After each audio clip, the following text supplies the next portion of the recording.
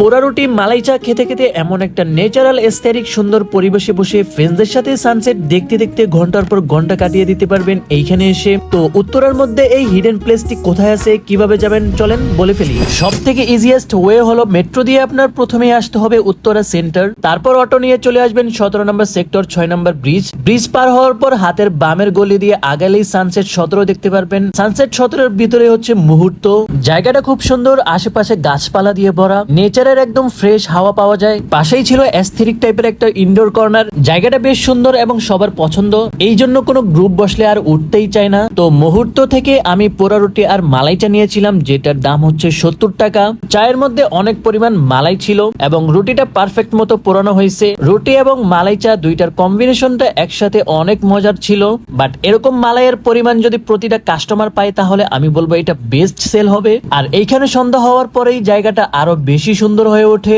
আর ফ্রেন্ডসদের সাথে আড্ডাটা আরো বেশি জমজমাট হয়ে যায়। তো আপনার কোন কোন ফ্রেন্ডকে নিয়ে এইখানে আসতে চান তাদেরকে এক্ষুনি মেনশন দিয়ে দেন। So yeah, that's all for today. Thanks for watching. Tata, take care, আল্লাহ হাফিজ।